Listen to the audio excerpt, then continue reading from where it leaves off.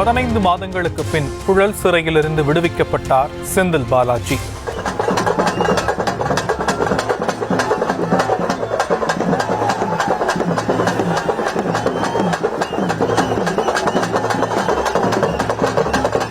உச்சநீதிமன்றம் ஜாமீன் வழங்கியதை அடுத்து சிறையிலிருந்து வெளியே வந்தார்.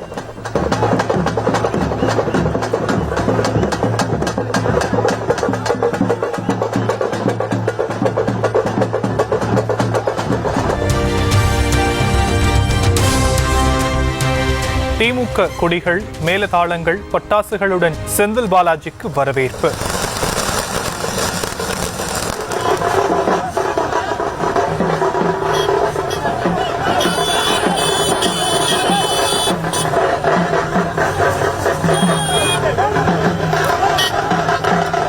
சிறையிலிருந்து வெளியே வந்தவருக்கு பூத்தூவி மகிழ்ச்சி.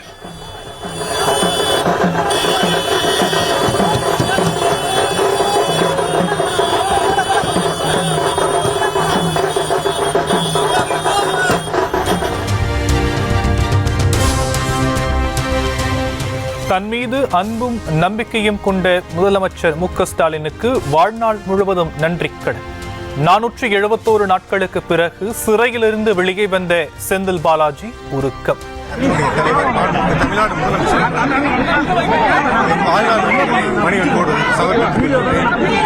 கழகத்தினுடைய இளைஞர் கட்சியாளர் மாண்புமிகு இளைஞர் நலன் மற்றும் விளையாட்டு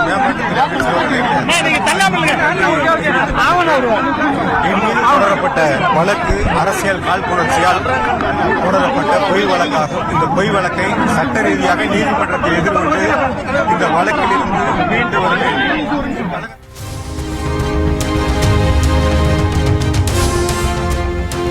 பாஸ்போர்ட்டை ஒப்படைக்குமாறு செந்தில் பாலாஜிக்கு உச்சநீதிமன்றம் உத்தரவு. 25 லட்சம் ரூபாய் பிணை தொகை வழங்கவும் நீதிபதிகள் நிபந்தனை விதிப்பு.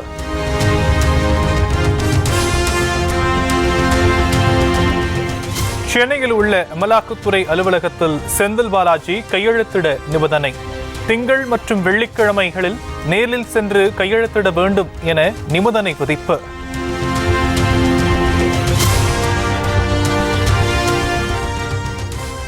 அரசு தரப்பு சாட்சிகளையோ பாதிக்கப்பட்டவர்களையோ தொடர்பு கொள்ள முயன்றால் ஜாமீன் ரத்தாகும்.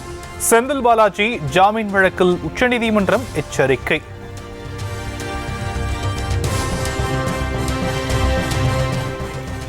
சகோதரர் செந்தில் பாலாஜியை வருக வருக என வரவேற்பதாக முதலமைச்சர் மு.க. ஸ்டாலின் எக்ஸ் தளத்தில் பதிவு. தியாகம் பெரிது, உறுதி அதனினும் பெரிது என புகழாரம் சூட்டி பெருமிதம்.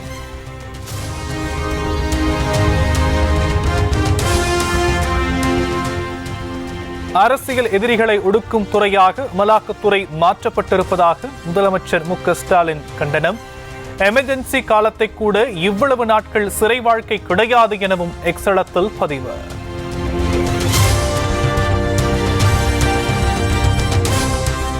விசாரணை கைதி ஜாமீனில் வருவதற்கு முதலமைச்சர் புலங்காகிதம் அடைவதா? கேவலத்தின் உச்சம் என அதிமுக முன்னாள் அமைச்சர் ஜெயக்குமார் விமர்சனம்.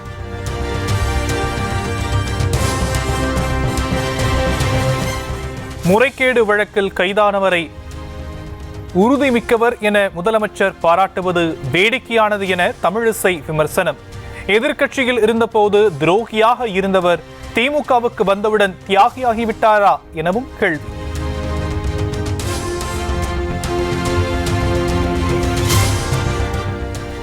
செந்தில் பாலாஜியை சிறைக்கு அனுப்பியதும் வெளியே எடுத்ததும் ஒரே கட்சிதான் என சீமான் விமர்சனம். எதிர்க்கட்சியில் இருக்கும் போது ஊழல்வாதி, திமுகவில் இருந்தால் நல்ல திருடனா எனவும் சரமாரி கேள்வி. வாங்க, இது என்னது, நீங்க அனுப்புனது நீங்க தான். இப்ப வருக வருக உங்க தீர செயல் வீர செயல். உங்க கட்சியில இருந்தா வீர தீர தியாகம் ஆயிரும், அடுத்த கட்சியில இருந்தா அது ஊழல் குற்றச்சாட்டாயிரும். இதே ஐயா கரூர்ல பேசினது இருக்கு.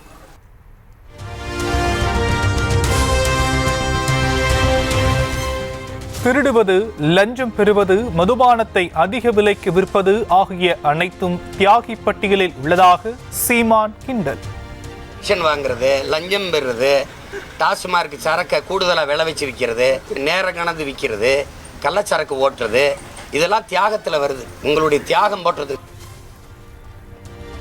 மலையை உடைத்து இயற்கை வளங்களை கொள்ளையடிப்பது வீரதீர செயலா எனவும் திமுகவினருக்கு கேள்வி. இந்த நாட்டில் மண்ணள்ளி விற்கிறது, மலை குடைஞ்சி விற்கிறது, இந்த இந்த என்ன செய்யறது, இந்த மாதிரி சாராயம் காய்ச்சிறது, இது பண்ணுறது, இதெல்லாம் தியாகத்தில் வருது. வீரதீர செயல்களில் பெருமைமிக்க செயலில் வருது.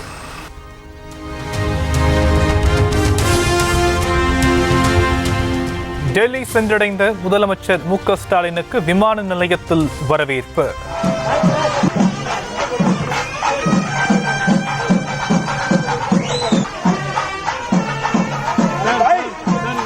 பிரதமர் மோடியை வெள்ளிக்கிழமை காலை 11 மணிக்கு சந்தித்து பேசுகிறார்.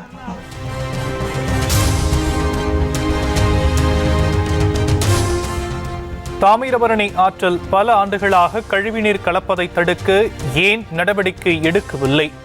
உள்ளாட்சி அமைப்புகளுக்கு மனசாட்சியே இல்லையா என உயர்நீதிமன்ற மதுரை கிளை கேள்வி.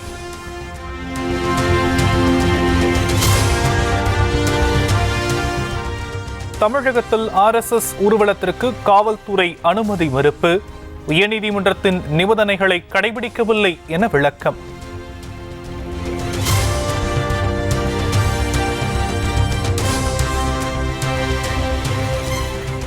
நீதிமன்ற உத்தரவுப்படி உரிய விளக்கம் அளித்தும் காவல்துறை அனுமதி மறுப்பதாக உயர்நீதிமன்றத்தில் RSS முறையீடு.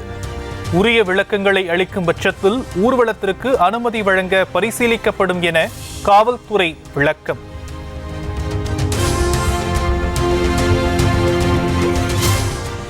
திமுக ஆட்சியில் வெளிநாட்டு முதலீடு தொடர்பாக புதிதாக வெளியாகும் புள்ளி விவரங்களால் குழப்பம் என பாமக தலைவர் அன்புமணி ராமதாஸ் குற்றச்சாட்டு.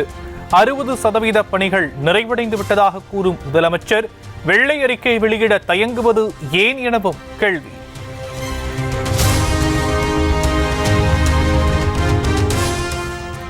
தமிழக வெற்றிக் கழகத்தின் முதல் மாநாட்டை வெற்றிகரமாக நடத்துவது குறித்து பனையூரில் ஆலோசனை. புஸ்ஸி ஆனந்த் தலைமையில் அனைத்து மாவட்ட நிர்வாகிகளும் ஆலோசனை.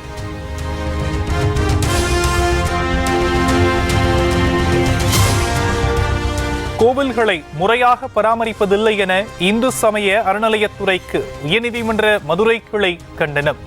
கோவில்களில் வசூல் ராஜா வேலை மட்டுமே செய்வதாக நீதிபதிகள் காட்டம்.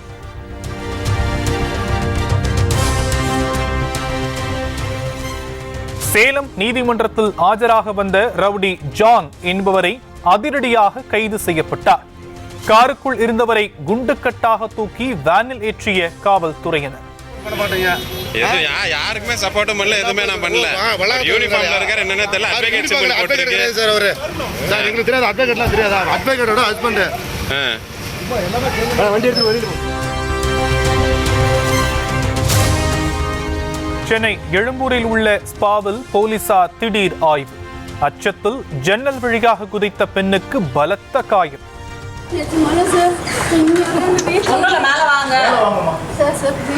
சேஃப்டியா வாங்க மேல. நீங்க சேஃப்டி ஒண்ணு இல்ல புடிங்க. நீங்க வாங்க. அம்மா ஒண்ணும் பயப்பட தேவையில்லை, நீங்க வாங்க. வாங்க சொல்லுங்க. ஒண்ணும் பயப்படாதீங்க, வாங்க. தென்காசி மாவட்டம் கடையநல்லூர் அருகே தண்டவாளத்தில் கற்கள் வைக்கப்பட்ட நிலையில் பொதிகை எக்ஸ்பிரஸ் ரயிலின் முன்பகுதி சேதம். ரயிலை கவிழ்க்க நடைபெற்ற சதி தொடர்பாக தனிப்படை அமைத்து போலீசார் தீவிர விசாரணை.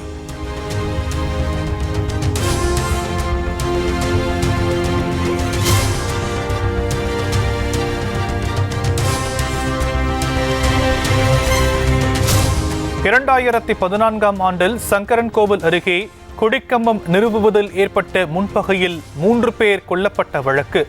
4 பேருக்கு மரண தண்டனை விதித்து நெல்லை வன்கொடுமை தடுப்பு சிறப்பு நீதிமன்றம் தீர்ப்பு.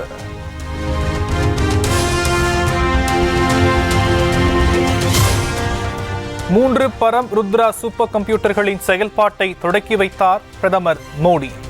அறிவியலின் பல்வேறு துறைகளின் உயர்நிலை ஆய்வுகளுக்கு பயன்படும் என பெருமிதம்.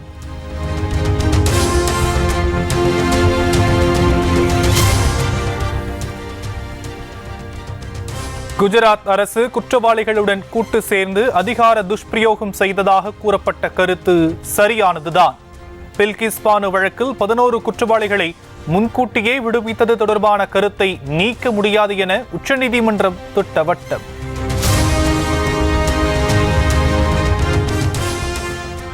கர்நாடக எல்லைக்குள் சிபிஐ விசாரணை நடத்துவதற்கான பொது ஒப்புதலை திரும்ப பெற்றது மாநில அரசு. சிபிஐ தவறாக பயன்படுத்தப்படுவதுடன் பாரபட்சமாக செயல்படுவதாகவும் கூறி அதிரடி நடவடிக்கை.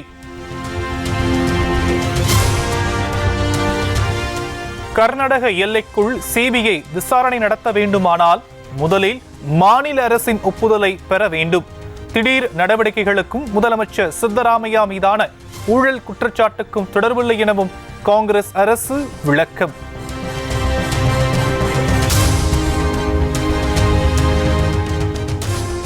ஊழல் புகார் குறித்து கேள்வி எழுப்பிய நிருபரிடம் சீறிய கர்நாடக முதலமைச்சர் சித்தராமையா பாஜகவின் போராட்டம் குறித்து கேள்வி கேட்டதால் மைக்கை தட்டிவிட்டு ஆவேசம்.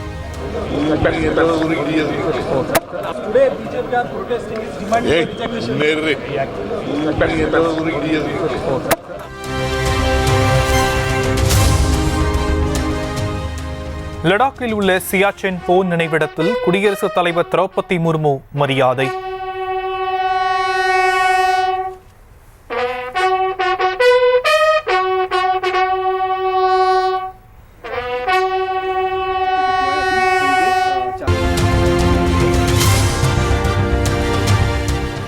இடஒதுக்கீட்டுக்கு எதிராக ராகுல் காந்தி பேசியதாக உத்தரப்பிரதேச பாஜக ஓபிசி பிரிவினர் ஆர்ப்பாட்டம். தமிழகத்தில் உள்ள அரசு கலை அறிவியல் கல்லூரிகளில் மாணவிகளுக்கு தனி ஓய்வறை அமைக்க உயர்நீதிமன்றம் உத்தரவு. தனி ஓய்வறை அமைப்பதற்காக 8,55,00,000 ரூபாயை 3 வாரங்களில் ஒதுக்கவும் ஆணை.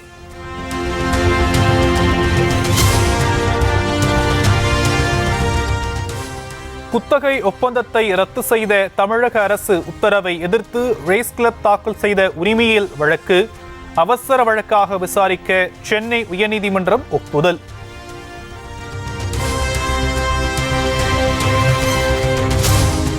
வரும் சனிக்கிழமை 19 மாவட்டங்களில் கனமழை பெய்ய வாய்ப்பு. 29ஆம் தேதியன்று 10 மாவட்டங்களில் கனமழை பெய்யக்கூடும் என தகவல்.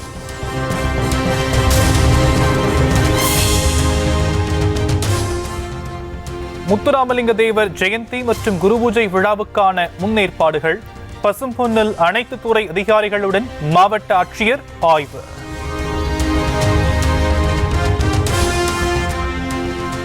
பஞ்சாமிர்தம் குறித்து அவதூறு பரப்பிய வழக்கில் பாஜக நிர்வாகி செல்வகுமாருக்கு நிபந்தனை முன்ஜாமீன் வழங்கியது உயர்நீதிமன்ற மதுரை கிளை. தொடர்ந்து பொறுப்பற்ற முறையில் நடந்து கொண்டால் சமூக வலைதளங்களிலிருந்து வெளியேற உத்தரவிட நேரிடும் என எச்சரிக்கை.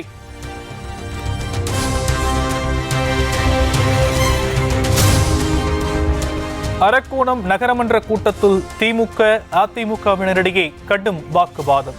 தங்களது வார்டுகளை நகராட்சி தலைவர் புறக்கணிப்பதாக கூறியதால் ஏற்பட்ட பிரச்சனை.